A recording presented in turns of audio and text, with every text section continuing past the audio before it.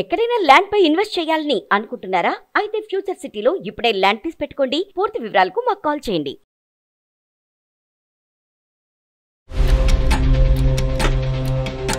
పూజ లేదు, మంచి లేదు, మడి లేదు, ఏది లేదు. ఎప్పుడు ఇంకా ఐ డోంట్ సే యాక్చువల్లీ ఇలాంటి మాట్లాడవారు ఫిజికల్ రిలేషన్ తప్ప ఆడది దేనికి పనికిరాదా? ఒక సమ్ పర్సన్ రిలేషన్ లోకి రావడం, ప్రపోజ్ చేయడం, ఓకే అవ్వడం వల్ల అతనికి ఈగో క్లాష్ చేస్తుంది. నన్ను సెల్ఫ్ గా ఉండదు అంటాడు. అతను ఎవరు మనకి చెప్పడానికి? నీకు అంత కష్టమైతే కనుక మగాళ్ళ మొహమే చూడొద్దు, కళ్ళజోళ్ళు పెట్టుకుని తిరుగు. పెళ్ళి అనేటటువంటిది వద్దు. ఎంత ఒత్తిడి పెట్టినా కూడా ఏ పెళ్లి చేసుకోవద్దు. జీవితాంతం ఒకలాగే ఉండదు.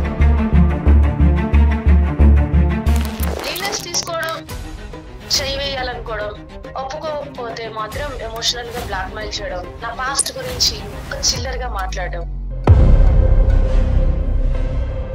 మ్యారేజ్ అయిపోయిందండి, ఎంగేజ్మెంట్ అయిందా? ఎంగేజ్మెంట్ అది కూర్చోబెట్టి ఇది అంటారు కదా, అక్షింతలు వేసాం మా అమ్మాయి అనిపించుకున్నాం ఏదో సోది చెప్తారు చూడండి. So very nonsense. మగవాళ్ళంతా రూల్స్ పెట్టడానికి ఉంటే మేము పాటించడానికి ఉండాలా? వాడికి మహా డోంట్ సే పిచ్చి. పెళ్లి పెళ్లి పెళ్ళని మీరు చెప్తారు కదా, కలిసి ఉండాలి, పెళ్ళి అవ్వాలి అని. సో వాళ్ళందరూ కలిసి ఉంటారా హ్యాపీగా? ఖచ్చితంగా ఇది సొల్యూషన్ కాబట్టి మీరు కలిసి ఉండండి, 100% గ్యారంటీ, అందమైన జీవితం, ఈమెయిల్ కొట్టిన ప్రతి వాళ్ళని కలిపేస్తాం అని మేము అనట్లేదు. ఒక కుటుంబాన్ని కాపాడుకోండి, ఒక బంధాన్ని కాపాడుకోండి, ఒక పెళ్లిని కాపాడుకోండి, వ్యవస్థను కాపాడుకోండి అని చెప్పి ఇప్పుడు అప్పుడు నేను చనిపోయే ముందు కూడా నేను అదే మాట అంటాను. అందులో డౌట్ లేదు. వెల్కమ్ టు అందమైన జీవితం. నమస్తే డాక్టర్ గారు. నమస్తే జయ గారు. నైనిక అనే ఒక అమ్మాయి మనకి మెయిల్ చేసిందండి మేడం.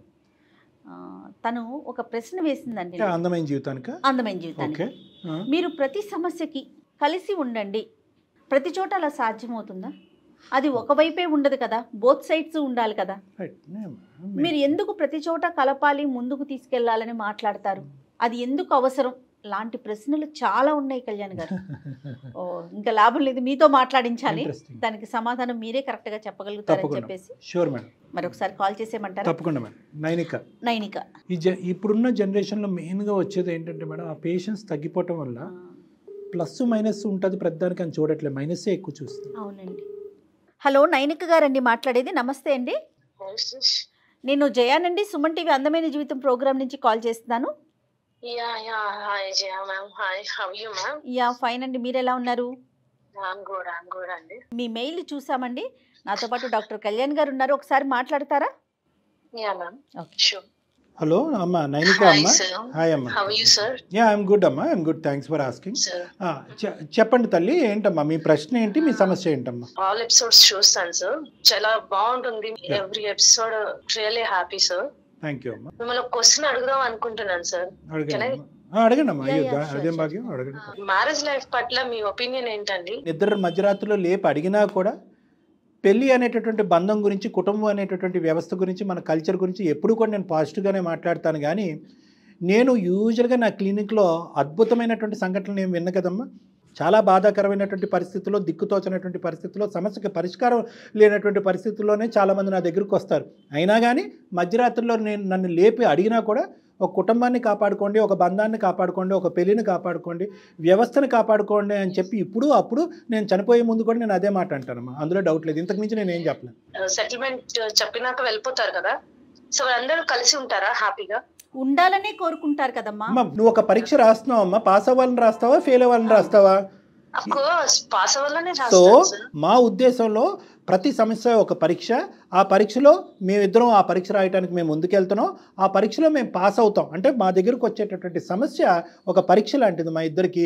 ఆ పరీక్షలో మేము పాస్ అవ్వాలనేటటువంటి ఉద్దేశంతో, దృఢ సంకల్పంతో ముందుకెళ్తాము. మా సంకల్పం బలమైంది అయితే కనుక ఖచ్చితంగా ఆ కుటుంబం కలిసి ఉంటుంది. చాలా వేరియబుల్స్ ఉంటాయి. ఇప్పుడు ఖచ్చితంగా ఇది సొల్యూషన్ కాబట్టి మీరు కలిసి ఉండండి, 100% గ్యారంటీ, అందమైన జీవితం, ఈమెయిల్ కొట్టిన ప్రతి వాళ్ళని కలిపేస్తాం అని మేము అనట్లేదు. మా అదృష్టం బాగుండో, మా సంకల్పం బాగుండో, మేము చేసేటటువంటి ప్రయత్నం 95% ఆఫ్ ద కేసెస్లో ఫలిస్తుంది. ఆ తర్వాత చాలా వేరియబుల్స్ ఉంటాయి.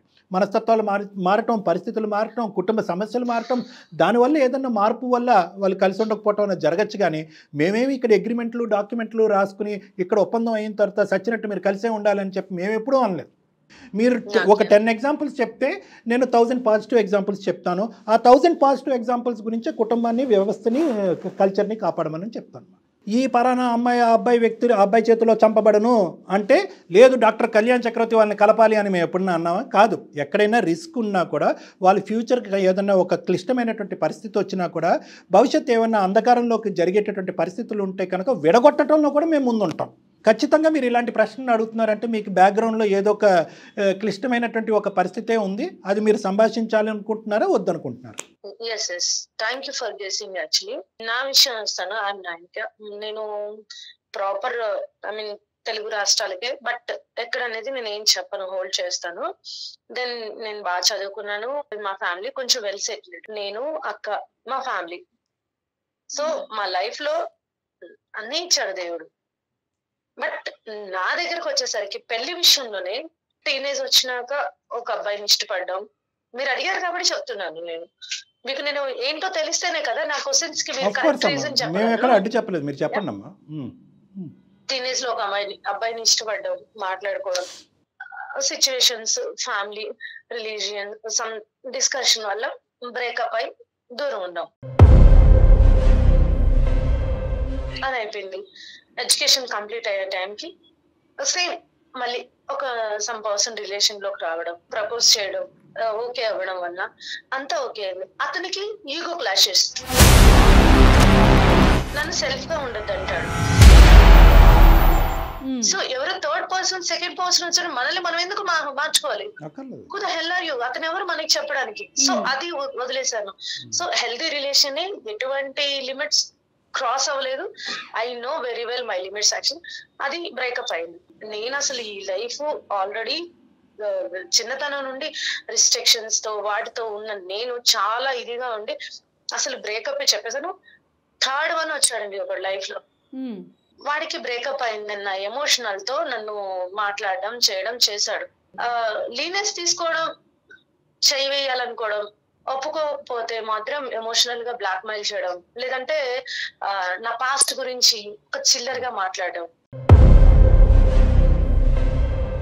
అసలు అంటే ఐ డోంట్ నో యాక్చువల్లీ ఒక రిలేషన్ అంటే ఇంకా ఫిజికల్ ఏనా? ఒక నా ఫ్రెండ్ వాళ్ళ హస్బెండ్ ఉన్నారు, తనతో కూడా ఇదే ప్రాబ్లం. మ్యారేజ్ అయింది పేరుకే. తను ఎంత టార్చర్ చేస్తాడంటే పూజ లేదు, మంచి లేదు, మడి లేదు, ఏది లేదు. ఎప్పుడు ఇంకా ఐ డోంట్ సే యాక్చువల్లీ ఇలాంటివి మాట్లాడకూడదు. ఫిజికల్ రిలేషన్ తప్ప ఆడది దేనికి పనికిరాదా? వాడికి కూడా సలాం కొట్టేసి నేను బెంగళూరు వచ్చి సెటిల్ అయిపోయాను. నా జాబ్ నేను చేసుకున్నా. మమ్మీ వాళ్ళు పెళ్లి చూపులు అంటే ఇంట్రెస్ట్ లేదమ్మా తల్లి, మీకు ఒక నమస్కారం, నేను అసలు పెళ్లే చేసుకోనంటే నేను చస్తాము బతుకుతామంటే టార్చర్ పెడితే పెళ్లికి ఒప్పుకున్నాను. పెళ్లి చూపులైన ఏదో చీర పెట్టేశారు, మా అమ్మాయి నక్షంతలు వేశారు, అంతే. ఇంకో టార్చర్, జాబ్ చేయకూడదు, అమ్మ నాన్నని చూసుకోవాలి. మ్యారేజ్ అయిపోయిందంటే ఎంగేజ్మెంట్ అయిందా? ఎంగేజ్మెంట్ అది కూర్చోబెట్టి ఇది అంటారు కదా, అక్షింతలు వేసాం మా అమ్మాయి అనిపించుకున్నాం అని ఏదో సోది చెప్తారు చూడండి. It's very non sense actually. I'm sorry, నేను అందరినీ అనట్లేదు. మగవాళ్ళంతా రూల్స్ పెట్టడానికి ఉంటే మేము పాటించడానికి ఉండాలా? అది అయింది. అదే ఆల్మోస్ట్ ఎంగేజ్మెంట్ వరకు వచ్చి అది బ్రేకప్ అయింది. Okay. Last but not least recent గా కూడా సేమ్ ఎంగేజ్మెంట్ వరకు వచ్చి వాడు అంతే. ఇంకా వాడికి మహా డోంట్ సే పిచ్చి. ఈ మైండ్ సెట్స్ తో పెళ్ళెలా చేసుకోవాలి? పెళ్ళని మీరు చెప్తారు కదా, కలిసి ఉండాలి, పెళ్ళి అవ్వాలి అని. సో ఇప్పుడు నేను చెప్పిన 5 టైప్ ఆఫ్ క్యారెక్టర్లు నాకే తగిలారు సార్. ఐ క్లారిటీ ఉంది, నా ఒక్కదానికే కాదు, 200%, 98% ఆడపిల్లలందరికి ఇలాంటి జతవలు తగులుతూనే ఉంటారు. సారీ, అంతకన్నా గౌరవమైన మాట నాకు రాదు. ఇలాంటి వాళ్ళు తగులుతున్నారు. వాళ్ళతో అడ్జస్ట్ అవ్వాల జీవితంతో. 20 years ఇష్టంగా పెరిగిన అమ్మాయి, 20 years ఏ కష్టం తెలియకుండా మన అమ్మ నానే కదా ఆడుతూ పడుతూ పెరిగిన అమ్మాయి, 80 years, అదే ఇప్పుడున్న జనరేషన్ బతికేది మహా అయితే 50 years అనుకోండి, అంటే 30 to 40 years జీవితాంతం బానిసలా బతకాల్సిందని. ఎందుకు సార్ అప్పుడు పెళ్లిళ్ళు? అమ్మ నువ్వు చాలా ఇమోషనల్గా మాట్లాడేవమ్మా. నువ్వు మాట్లాడిన దాంట్లో ఎటువంటి తప్పు లేదు. నువ్వు 5-6 సందర్భాలు సంఘటనలు చెప్పే మాకు ఈ 5-6 సంఘటనలు సందర్భాలు వచ్చుంటే కనుక నువ్వు ఎవరైతే కనుక మగవాళ్ళని డిస్క్రైబ్ చేసావో సింగిల్ హ్యాండెడ్గా నీ యొక్క మాట తీరు బట్టి నీ ఆలోచన నువ్వు వ్యక్తపరిచేటటువంటి హావభావాలు బట్టి నీ వ్యక్తిత్వం అయితే నేను చెప్పగలను, కానీ అది ఈరోజు ప్రస్తావన కాదు కాబట్టి నేను చెప్పను. ఎందుకంటే నీ గురించి కూడా మాట్లాడేటటువంటి వాళ్ళు ఎవరన్నా ఉంటే కనుక బహుశా మాకు బ్యాలెన్స్డ్గా అసలు ఈ సిచ్యువేషన్లో ఏం జరుగుండొచ్చు అన్నది అర్థమవుతుంది. 5 సంఘటనలు 6 సంఘటనలు నాకు తెలియదు, నువ్వు లైన్గా చెప్పుకుంటూ పోయి నేను కరెక్ట్గా లెక్క పెట్టలేదు, తప్పనుకోవద్దు.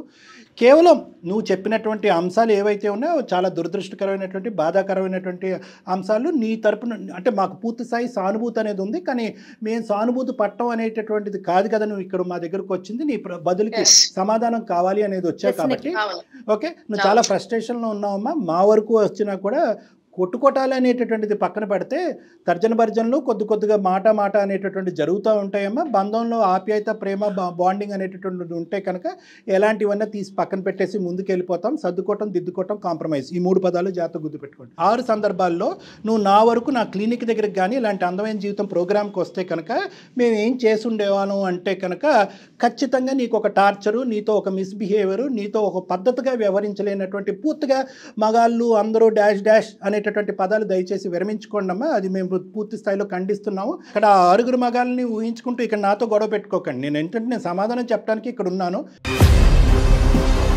మీ యొక్క ఆలోచన శైలి ఏదైతే ఉందో 6 మగాళ్ళకి సంబంధించినటువంటిది కరెక్టే. ప్రత్యేకంగా ఈ అమ్మాయిని ఇబ్బంది పెట్టాలి అనేటటువంటిది వాళ్ళ వర్షం చెప్పకుండా ఒక బంధం గురించి కానీ మీరు చెప్పినటువంటి 6 రిలేషన్స్ గురించి కానీ నేను ఈరోజు జడ్జిమెంట్కి రాలేను. అది యాదృచ్ఛికం అవ్వచ్చు, దురదృష్టం అవ్వచ్చు, మీ యొక్క మెంటాలిటీ అయి ఉండొచ్చు, మీ అదృష్టం బాగాలేక అలాంటి వాళ్ళే వచ్చి ఉండొచ్చు. I'm sorry to say. ఇంకొక 10 మంది అంశాలు కూడా మీరు ఈరోజు తీసుకొచ్చినా కూడా అయినా కానీ నేను పెళ్ళిని సమర్థిస్తాను, బంధాన్ని సమర్థిస్తాను. కానీ ఇందాక కూడా నేను వేరే అంశంలో కూడా చెప్పాను, కలిపుంచటం ఒక్కటే మా ధ్యేయం కాదు, మా ఆలోచన కాదు, మా కర్తవ్యం కాదు. కలపాలనేటటువంటిది దృఢ సంకల్పం, ఒక బలమైనటువంటి కోరిక ఉన్నా కూడా రిస్క్ ఫ్యాక్టర్స్, మళ్ళీ ఆ పదం నీకు చెప్తున్నాను, రిస్క్ ఫ్యాక్టర్స్ అంటే ఆ వ్యక్తి యొక్క ఒక స్వార్థపూరితమైనటువంటి ఆలోచనతో వేరే విధంగా నిన్ను వాడుకోవాలన్నా, లేదంటే నీ సిచ్యువేషన్ని, నీ బలహీనతని అడ్వాంటేజ్ తీసుకోవాలన్నా, నీ స్వేచ్ఛని హరించాలనేటటువంటి ఉద్దేశం ఉన్నా, లేదంటే నీకు ప్రాణభంగం కానీ, లేదంటే నీ కెరియర్ భంగం కానీ, భవిష్యత్తుకు సంబంధించినటువంటి భంగాన్ని కానీ ఉంటే కనుక ఇదేనమ్మా రిస్క్ ఫ్యాక్టర్ యొక్క డెఫినేషన్. ఇందులో 100% రిస్క్ 10% అన్న కాదు, 1% రిస్క్ ఉన్నా కూడా నువ్వు ఏదైతే నిర్ణయం తీసుకుని ఈ మగాళ్ళని అందరికీ గుడ్ బై చెప్పి ముందుకు వెళ్ళిపోయావో అదే నిర్ణయం అందమైన జీవితం కూడా తీసుకుని ఉండేది. ఇప్పుడు మీకు జరిగిన సందర్భాలే అందరికీ జరగాలని లేదు, జనరలైజ్ చేయకండి, అది నేను అనేది. నీకు అంత కష్టమైతే కనుక మగాళ్ళ మొహమే చూడొద్దు, కళ్ళజోళ్ళు పెట్టుకుని తిరుగు, పెళ్ళి అనేటటువంటిది వద్దు, ఎంత ఒత్తిడి పెట్టినా కూడా ఏ పెళ్ళి చేసుకోవద్దు, జీవితాంతం ఒకలాగే ఉండు. But that's your personal opinion. ఒక పర్టికులర్ సిచ్యువేషను, ఒక పర్టికులర్ సందర్భాన్ని కంట్రోల్ చేసేటటువంటి ఫ్యాక్టర్స్ ఎన్నో ఉంటాయేమో ఒక పెళ్ళికి. అందుగురించే కదా పెద్దవాళ్ళు ఈ సాంప్రదాయం, ఆ జాతకం, ఈ కులం, ఆ గోత్రం అని చెప్పి ఎందుకు ఇవన్నీ కూడా ఇలాంటి అంశాలన్నీ పరిగణలోకి తీసుకొచ్చి ఒక అమ్మాయిని అబ్బాయిని కలపడానికి ప్రయత్నం ఎందుకు చేస్తారు అంటే కనుక మనకి తెలియనటువంటి పరిస్థితులను కూడా కాపాడు అయ్యా భగవంతుడా అనేటటువంటి ఉద్దేశంతో ఇవన్నీ కూడా ఎక్కడ మ్యాచింగ్ చేసుకుంటూ వెళ్తాం. ఎందుకంటే వ్యక్తిత్వాలు ఉంటాయి, అమ్మాయి అబ్బాయి వ్యక్తిత్వాలు ఉంటాయి, ఆ వాళ్ళిద్దరి మధ్యన ఉండేటటువంటి ఆలోచన శైలి ఉంటాయి, ఆ పుట్టి పెరిగేటటువంటి వాతావరణం బట్టి ఇన్ఫ్లుయెన్స్ ఉంటాయి. వీళ్ళిద్దరు బాగా బాండ్ అయినా కూడా వెనకాతలు ఉండేటటువంటి ఫ్యామిలీ మెంబర్స్ హ్యాపీగా ఉంటారో లేదో, అక్కడుండే అత్త, ఇక్కడుండే మామ, ఇక్కడుండే అన్న, అక్కడుండే చెల్లి. సో ఇలాంటి వ్యవస్థలో రకరకాలు ఉంటాయమ్మా, చాలా ఉంటాయి. సో కాబట్టి పర్ఫెక్ట్గా ఇలాగే ఉంటే పెళ్ళి అద్భుతంగా ఉంటుందని చెప్పగలిగితే కనుక అసలు ఇలాంటి వేదికలు ఎందుకు, కౌన్సిలర్స్ ఎందుకు, జాతకాలు ఎందుకు, ఏమున్నాయి? అసలు ఆ పెళ్ళి అనేది లేకపోతే మంచి సమాజాన్ని మనం ఎక్కడ తీసుకురాగలుగుతాం? హెల్తీ నెక్స్ట్ జనరేషన్ అనేది హెల్దీగా ఉండాలి కదా. ఇలాంటి ఆడపిల్లలు చాలా మంది ఉన్నారు సమాజంలో. ఎంతో మంది మగవాళ్ళ చేతుల్లో మోసపోయేటటువంటి ఆడవాళ్ళు చాలా మంది ఉన్నారు. సరే, అందరికీ ఒక రిప్రజెంటేటివ్గా నువ్వు మాట్లాడుతున్నావు అన్నట్టుగా నాకు అనిపిస్తుంది. కానీ but at the end of the day ఒకటే, పెళ్ళి అనేటటువంటి వ్యవస్థని, గౌరవప్రదమైనటువంటి బంధాలు, కుటుంబం అనేటటువంటి వ్యవస్థని ఇలాంటివి 1000 సంఘటనలు చేసినా కూడా పక్కదో పట్టించడం, పక్కకి తీసి పెట్టడం అనేటటువంటిది కరెక్ట్ కాదు. నీ ప్రశ్న ఏంటో అడుగమ్మా. First of all I'm really big fan of the మన అందమైన జీవితం సార్. ఎప్పుడు దానికి నేను చాలా మోటివేట్ కూడా అవుతాను మనసులో. నేను ఇప్పుడు మీ దగ్గర చెప్తాను, ఇప్పుడు మాట్లాడిన ఎమోషన్ అంతా మీరు చెప్పారు. సో ఇప్పుడు నేను ఒరిజినల్ చెప్తున్నా.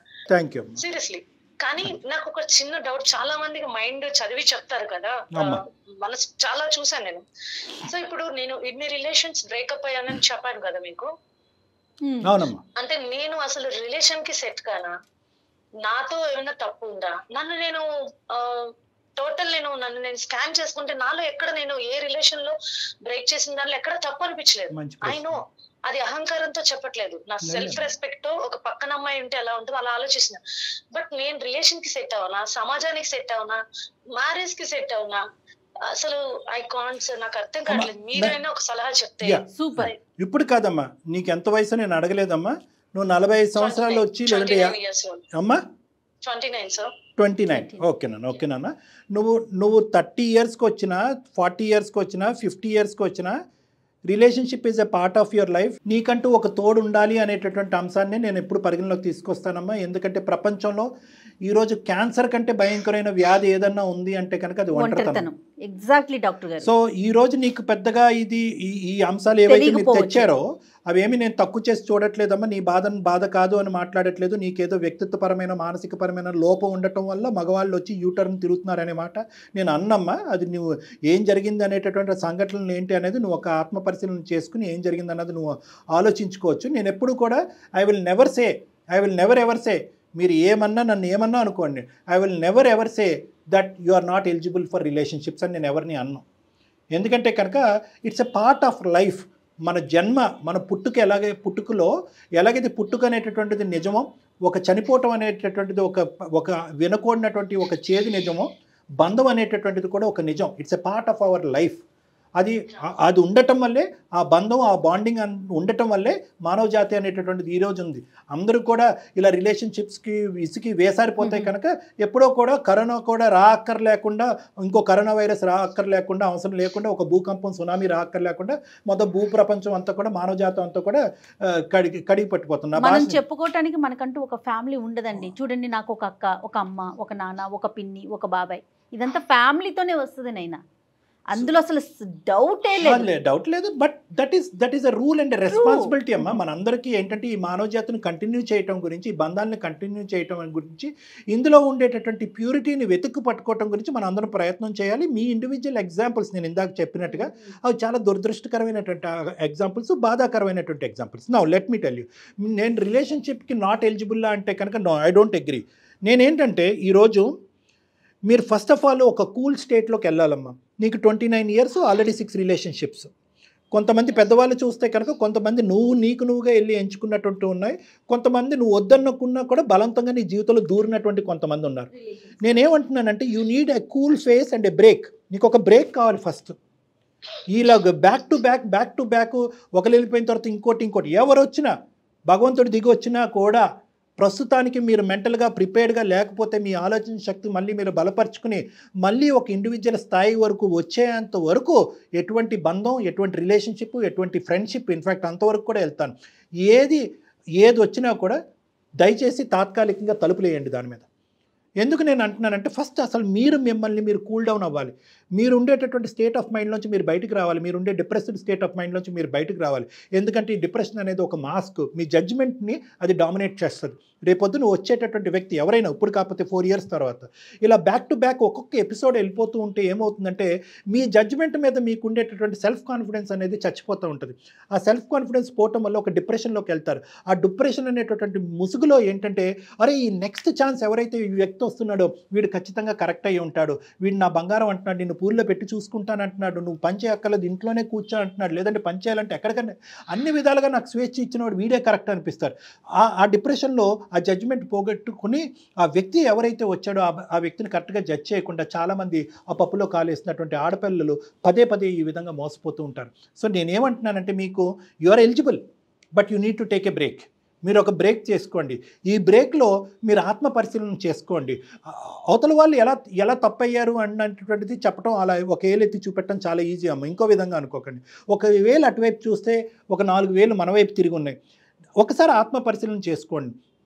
ఎక్కడ నా జడ్జిమెంట్ తప్పు అనేటటువంటిది ఒకటే కాకుండానే నా మాట్లాడే విధానం, నేను ఆలోచించే విధానం, నేను ఏదైనా నెగిటివ్ అప్రోచ్లోకి వెళ్తున్నానా ప్రతి రిలేషన్లో, ఒక అనుమానాస్పదంగా వెళ్తున్నానా, గత స్మృతులతో ఇంతకుముందు ఉండేటటువంటి ఆ రిలేషన్షిప్ సంబంధించినటువంటి జ్ఞాపకాలతో కొంత దాంట్లో ప్రవేశిస్తున్నానా, ఆ విధంగా ఆ వ్యక్తిని కూడా ట్రీట్ చేస్తున్నానా, ఆ విధంగా ఆ వ్యక్తిని అనుమానిస్తున్నానా, అనుకున్నటువంటి మాటలు ఏమన్నా అంటున్నానా, లేదంటే ముక్కుసూటుగా మాట్లాడుతున్నానా, మనసులో ఉండేటటువంటి భావాన్ని మొహం మీద విసిరి కొట్టేటటువంటి విధంగా మాట్లాడుతున్నానా, అంటే మీరు అనట్లేదమ్మా, ఇలాంటివి మీ వ్యక్తిత్వపరమైనటువంటి ఏమన్నా లోపాల వల్ల కొన్ని సంబంధాలు ఈ విధంగా అవుతున్నాయా అనేటటువంటి, అన్నీ అనట్లేదు, కొన్ని ఇలా అవుతున్నాయి అన్నది ఆలోచించుకోండి. సో నేనేమంటున్నానంటే ఫస్ట్ డిప్రెషన్ అనేటటువంటిది క్లియర్ అవ్వాలి.